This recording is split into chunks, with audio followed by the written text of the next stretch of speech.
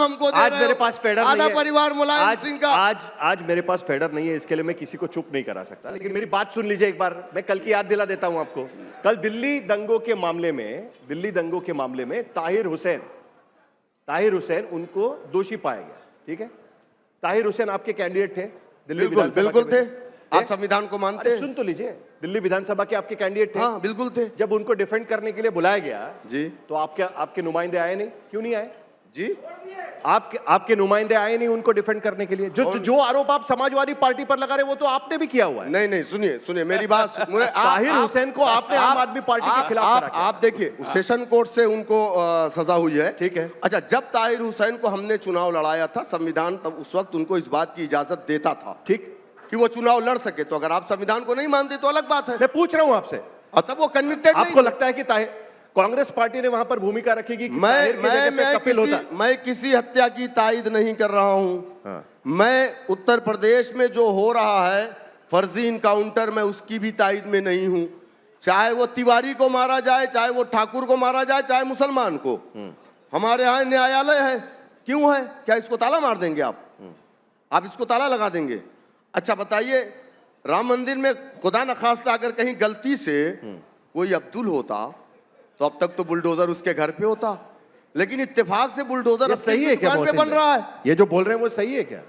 जो ओवैसी भी बोल चुके हैं हालांकि। असल में अभी मैं दोनों को सुन रहा था और देश की जनता भी देख रही है। आप तो मन में मुस्कुरा रहे हैं, जैसे ही समाजवादी पार्टी और अब आप इससे अंदाजा लगा लीजिए कि इनका भविष्य कहाँ है और ये क्या करेंगे उत्तर प्रदेश में और क्या करेंगे देश में। वो बोल रहे हैं भाई, उनकी पार्टी के तो नेता अभी बोल रहे हैं, शौकत साहब, उनकी पार्टी के नेता तो साफ कहते हैं कि 15 मिनट के लिए पुलिस हटा लो, फिर हम दिखाते हैं तुम्हें अब देश में क्या होता है। तो ऐसे लोगों को तो सत्ता कभी नहीं मिलने वाली है, भूल ही जाएं। और दूसरे ये बैठे हैं, ये अपराधियों का ऐसा इन्होंने अपराधीकरण किया था राजनीति का, जितने भी निर्दलीय अपराधी थे सबको बुला के सरकार बनाई और फिर उन्हीं अपराधियों को टिकट देने का काम एआई ने किया, AIMIM ने किया। ये अपराधियों को लाए हैं अपने साथ। सिंह क्या है? ये अपराधियों को लाए हैं अपने साथ। सिंह क्या है? तो अपराधियों के साथ, आतंकियों के साथ में चलने वाले लोग और आतंकियों के ऊपर से मुकदमे हटाने वाले, इनके हाथ में सत्ता कौन देगा? बात करेंगे, ये कौन लोग हैं? इनकी तो जांच होना चाहिए कि आखिर ये करना क्या चाहते हैं देश में। ये अस्थिरता फैलाने वाले लोग हैं, अखिलेश ये अपराधियों का महिमा मंडन करने वाले लोग हैं। इन्होंने अपराधियों को, समाजवादी पार्टी ने अपराधीकरण किया उत्तर प्रदेश के अंदर। और वो कहते हैं कि हम तो अपने जितने भी अपराधी हैं हमारी पार्टी में आएंगे, हम उनको प्रत्याशी बनाएंगे। और प्रत्याशी बनाते यहाँ ज्वाइन किया उन्होंने, यहाँ उत्तर प्रदेश में आकर इन्हीं के नेता ने ज्वाइन कराया एक अपराधी की पत्नी को। जवाब देना प्रदेश की जनता को, क्यों आपको कोई शरीफ आदमी नहीं मिला? आपको भी अपराधी सहारा चाहिए है सत्ता में आने के लिए। आपको अपराधी चाहिए हैं तो, और उनको भी अपराधी चाहिए हैं। तो ये 20% इसीलिए हाशिए पर हैं और इनको बर्बाद करने वाले ये लोग हैं।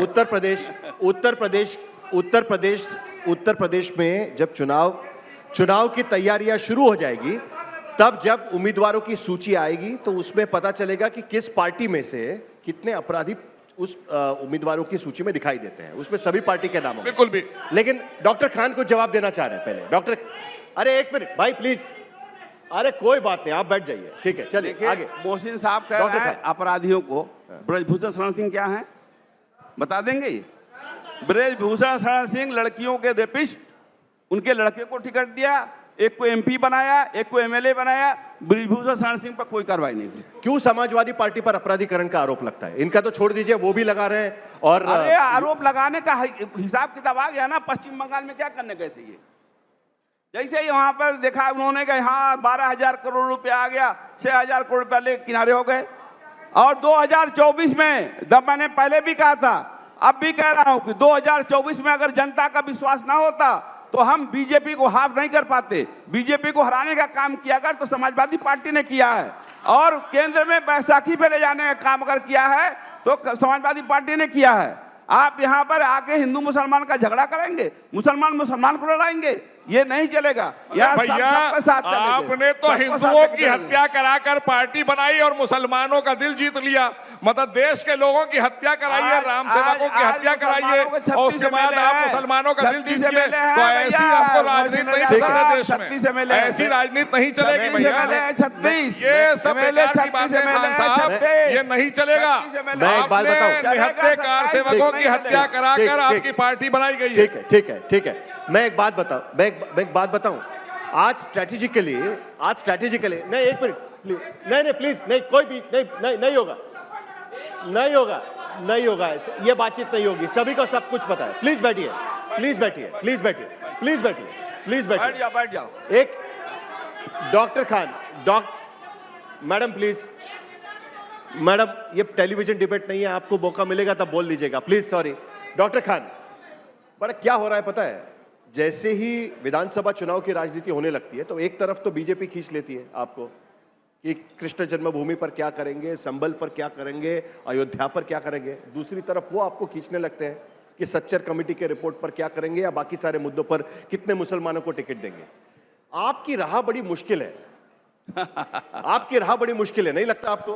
क्या आपको लगता है कि जो स्ट्रेटेजी आज की स्थिति में अपनाई जा रही है, जो 92% ब्लॉक वोटिंग मुसलमानों की आपको हुई थी, विधानसभा के लिए आपकी मुश्किलें बढ़ जाएंगी अगर वो भी चुनाव में उतर जाते हैं? नहीं, मैं उस चीज को नहीं मानता हूं। देखिए, मैं आपसे कह रहा हूं कि अगर हमको सभी समाज के लोगों का वोट नहीं मिला होता तो 2024 में 37 MP यहां से जीत के नहीं जाते। हमारा 37 MP जीते गए यहाँ तो आप सभी समाज को 111 MLA हमारे आज के पास हैं और उसमें कम से कम 35 से 36 MLA मुसलमान हैं। और अब वही गूंगे, ये हैदराबाद से आके ये बिना गूंगे वाले हैं। ये कहाँ के रहने वाले, कहाँ जा रहे? हमें नहीं करना कुछ, ये सब बातें नहीं करना है। हम गूंगे हैं क्या? मैं दाढ़ी रखा के बैठा हूं, मैं गूंगा हूं क्या? अरे बस सब दाढ़ी तक तो नहीं है तुम्हारे पास दाढ़ी तक तो नहीं है। हुजूर सल्लल्लाहु अलैहि वसल्लम की जो सुन्नत को ना अदा करे वो मुसलमान ही नहीं है। वो मुसलमान ही नहीं है भाई। वो हुजूर सल्लल्लाहु अलैहि वसल्लम की सुन्नत को जो ना अदा करे वो मुसलमान ही नहीं है। और मुसलमान वो होता है जो हुजूर सल्लल्लाहु अलैहि वसल्लम की दाढ़ी रखा के बैठता है। सवाल ये होता है, इसमें मैंने सवाल आपको इसलिए पूछा क्योंकि सिकंदर की कहानी इसमें बड़ी चर्चा में आती है। जब सिकंदर भारत में आया था तो किसी मुनि को मिलने गए, उनको बोला कि आप उनके सामने एक दरी बिछाई और कहा कि उस पर बैठ जाइए, और वो दरी गोल थी। जब वो आगे बैठने जाते थे तो पीछे से ऊपर हो जाती थी, पीछे बैठने जाते थे तो आगे से ऊपर आ रही थी। आज समाजवादी पार्टी की हालत ऐसी हो गई है क्या कि एक तरफ सॉफ्ट हिंदुत्व भी उनको करना है, दूसरी तरफ मुसलमानों का वोट भी चाहिए। ये स्थिति में तो नहीं आप आ गए। मैं क्या हूं? जैसे ही MIM वहां पर मैं क्या हूं अब बताइए।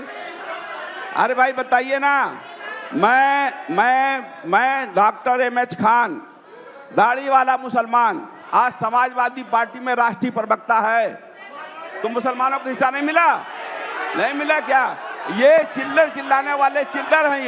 ये कुछ नहीं, एक भी मुसलमान इसमें नहीं है। शौकत अली, एक भी आदमी मुसलमान नहीं है। शौकत अली सब मुसलमान नहीं है। शौकत अली एक भी दाढ़ी वाला नहीं है, एक भी टोपी वाला नहीं है भाई। आपको तो कोई प्रॉब्लम नहीं वाला है नहीं क्योंकि है, आपको तो सिर्फ वाला नहीं है। आप जो नहीं है भाई, एक वो नहीं है। मिनट, अरे एक मिनट प्लीज। देखिए, आपको और इनको तो कोई प्रॉब्लम नहीं है। भले मोहसिन भाई यहाँ पर बैठे हुए हैं, लेकिन आपको तो सिर्फ 20% से वोट चाहिए और इन्हें सिर्फ 80% से वोट चाहिए।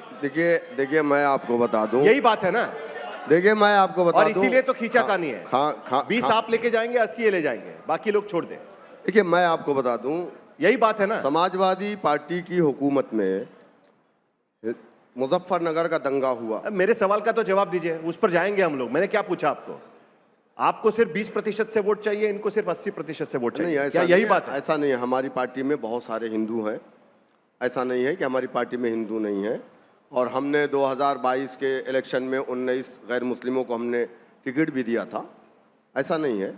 हाँ, लेकिन हम इतना आपसे ज़रूर कहेंगे कि आने वाले 2027 में जिस तरीके का दावा ये लोग कर रहे हैं कि मुसलमान हमारे साथ जाएगा, 37 MP इनके हैं और 111 MLA हैं।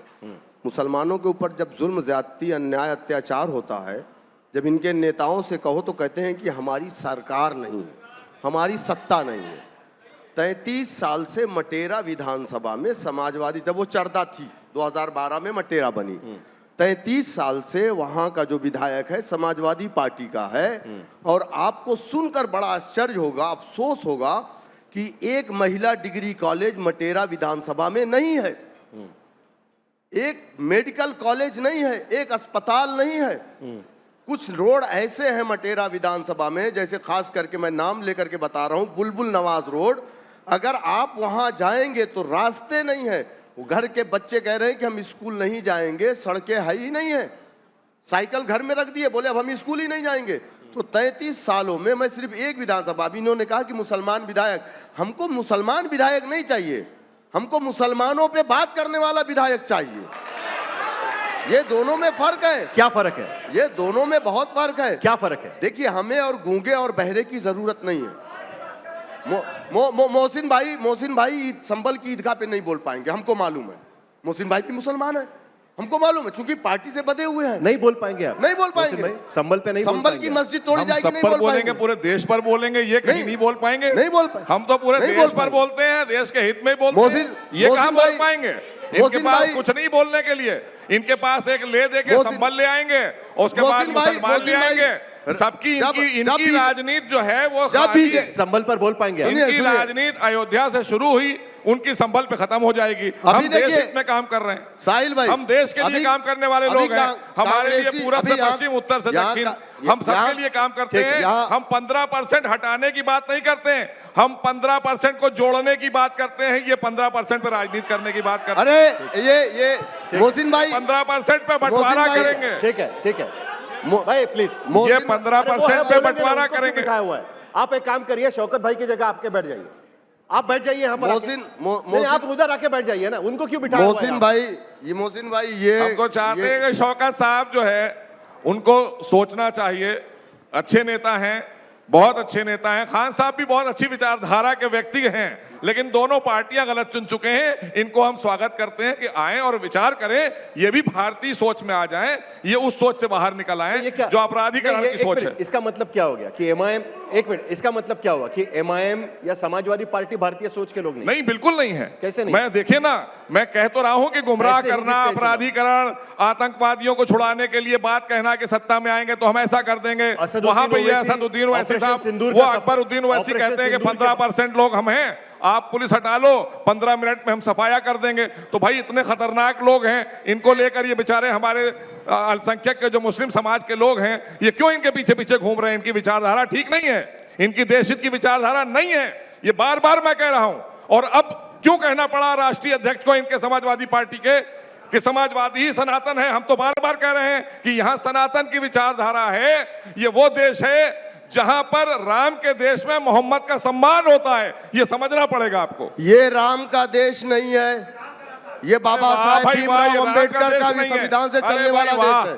कैसी बात कर रहे हैं? राम का देश है ये यहाँ पर संविधान से चलने वाला देश है। ठीक है। ये हिंदुत्व की आइडियोलॉजी से चलने वाला देश नहीं है। चलिए बीच में यहाँ पर देखिए, ये आप एक मिनट, ये कह रहे हैं राम का देश है, ये कह रहे हैं बाबा साहेब आम्बेडकर का देश है। आप बताइए किसका देश है? समाजवादी पार्टी। संविधान का देश है। संविधान इस देश में लागू होगा। मैं फिर संविधान का देश है तो संविधान के साथ रहिए ना। एक मिनट, उनके नहीं, संविधान में कहीं नहीं है किसी जात विशेष के बारे में कहा गया है। ठीक है, संविधान में कहा गया है कि जो जिस धर्म को मानना चाहे माने। तो भी सत्ता में आने के बाद 52% यादवों को सिर्फ नौकरी क्यों, मुसलमानों को क्यों नहीं? मेरा समय खत्म हो रहा है, मेरा समय। मैं एक लाइन कह के, ठीक है, करिए। मैं कह रहा हूं, एमआईएम को कह रहा हूं कि ये अपनी पार्टी के एक कार्यकर्ता हैं, इनको चुनाव लड़ना चाहिए, लड़ें, हमें कोई दिक्कत नहीं। दिक्कत नहीं, कोई दिक्कत नहीं, कोई दिक्कत नहीं। हम 2027 कोई प्रपोजल नहीं कि हमारे साथ 2027 में बीजेपी को हरा करके सत्ता में आने जा रहे हैं, बस इतना है। ये ठीक है, ये आखिरी 3 मिनट है। 1 मिनट प्लीज, अभी शांति से सुन लीजिए, प्लीज। एक मिनट, मैं टाइमर लगा रहा हूं। उत्तर प्रदेश की आबादी को 1 मिनट में आपकी पार्टी की तरफ से आप क्या कहेंगे? 1 मिनट में तीनों लोग कहेंगे। पहले आप शुरुआत करिए, शौकत भाई। देखिए, मैं तो उत्तर प्रदेश की आवाम से ये कहूंगा कि बीजेपी समाजवादी पार्टी के चेहरे को पहचानिए, और कांग्रेस भी उसी में लिप्त है। कांग्रेस ने अभी कहा है कि शिलान्यास हमने करवाया, बीजेपी ने बाबरी मस्जिद को तोड़ा, जो कि संविधान के ऊपर ये हमला था और सुप्रीम कोर्ट को धोखा दिया गया था। तो ये सब एक ही सिक्के के दो पहलू हैं, बेवकूफ बना रहे हैं जनता को इनके झांसे में नहीं आना ठीक है, चाहिए। समाजवादी पार्टी सारे समाज को लेके चलने वाली समाजवादी पार्टी है, सारे धर्म को मानने वाली समाजवादी पार्टी है, और जिसको चुनाव आयोग ने रजिस्टर्ड कर दिया है वो चुनाव लड़े, हमें कोई दिक्कत नहीं। ठीक है, मोहसिन रजा। देखिए, उत्तर प्रदेश की जनता और देश की जनता आदरणीय मोदी जी के साथ, उत्तर प्रदेश में आदरणीय योगी जी की सरकार जिस तरह से सुशासन, कानून और जिस तरह से कल्याण और विकास हुआ है, अपने आप में तीसरी बार भी हम प्रचंड बहुमत की सरकार बनाने जा रहे हैं, इसमें कोई संदेह नहीं। 27 में आपको टिकट जरूर मिलेगा इंशाल्लाह। मोहसिन भाई, मैं दुआ करूंगा कि बीजेपी बहुत आपको बहुत टिकट दे। शुक्रिया।